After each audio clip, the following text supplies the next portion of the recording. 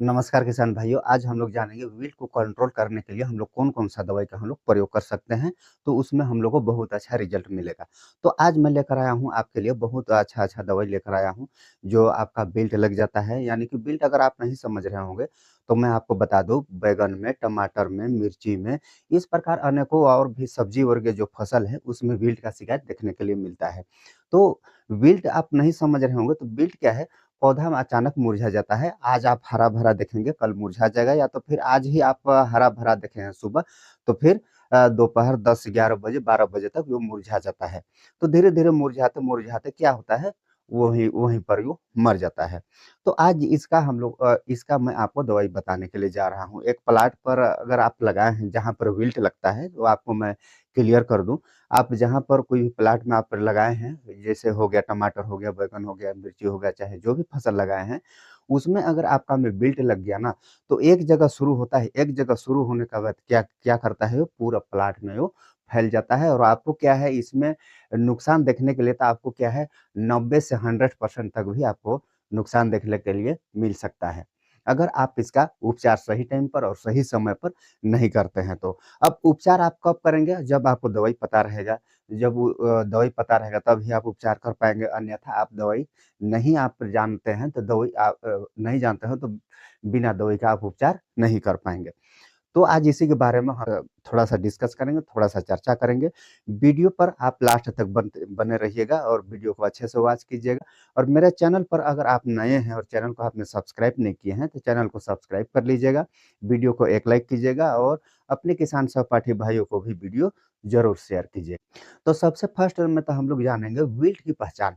Wilt किस प्रकार से होता है, उसका हम लोग पहचान कैसे कर सकते हैं कि ये वास्तव में विल्ट है। विल्ट देखिए आपको मैं बता विल्ट 2 प्रकार की होती है, एक फ्यूजेरियम विल्ट होता है और एक बैक्टीरियल विल्ट होता है। तो 2 प्रकार का विल्ट होता है। फ्यूजेरियम विल्ट मतलब कि फंगस जनित रोग होता है और बैक्टीरियल विल्ट मतलब बैक्टीरिया जनित जो रोग होता है उसको बैक्टीरियल विल्ट कहा जाता है।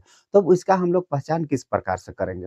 देखिए अगर आपका में फ्यूजेरियम विल्ट होगा, तो फ्यूजेरियम विल्ट होगा तो अगर आप पौधा की तना को इस प्रकार से अगर काटेंगे या तो फिर इस प्रकार से आप चीरा लगाएँगे, तो वहाँ पर आपको देखने के लिए मिल सकता है एक काला कलर आपको देखने के लिए अंदर में मिल सकता है या तो फिर भूरा कलर का आपको धब्बा दिखाई दे सकता है। तो आप समझ जाइएगा कि ये आपका में फ्यूजेरियम विल्ट लग गया है यानी अगर आपका में बैक्टीरियल विल्ट है और वहाँ पर अगर आप उसका पहचान करना चाहते हैं तो उसी तरह जिस प्रकार आप उसको काटेंगे बीच में अगर तना को काटेंगे या तो फिर चीरा लगाएँगे, उसमें आपको सफ़ेद द्रव या तो फिर पीला आपको द्रव दूध के आकार की आपको एक लसलसा द्रव भी हो सकता है। इस प्रकार से आपको देखने के लिए मिल रहा है, तो उसमें क्या है बैक्टीरियल विल्ट है।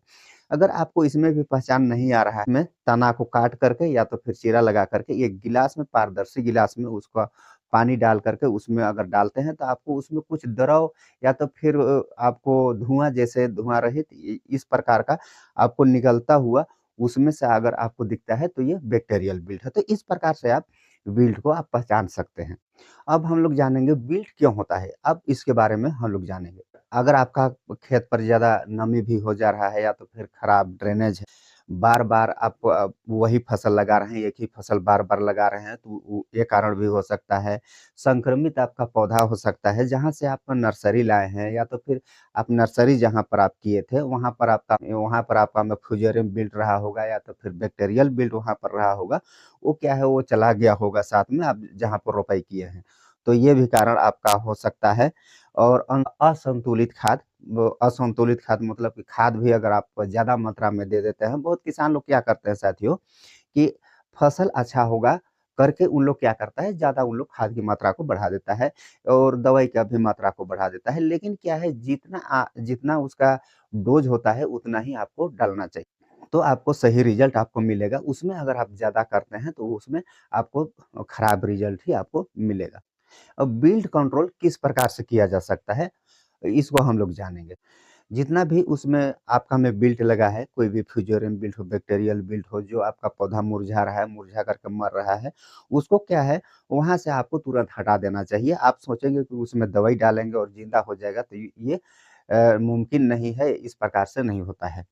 जितना भी उसमें आपका फसल पर जितना भी खराब पौधा है मतलब संक्रमित पौधा है उसको क्या है, उसको ज़मीन जहाँ पर आप लगाए हो वहाँ से आपको अलग निकाल कर के आप उसको कहीं पर गड्ढा में या तो फिर कहीं पर दूर आप उसको छोड़ दीजिए। तो वहाँ से आपको क्या है संक्रमित पौधा को हटा देना है। और ड्रेनेज को आपको सुधार करना है, पानी आपका खेत में नहीं रहने देना है, नहीं जमा होने देना है, क्या है पानी हमेशा सूख जाए। अगर बारिश का भी पानी हो वो भी सूख जाए, ऐसा आप वहाँ पर व्यवस्था कीजिए।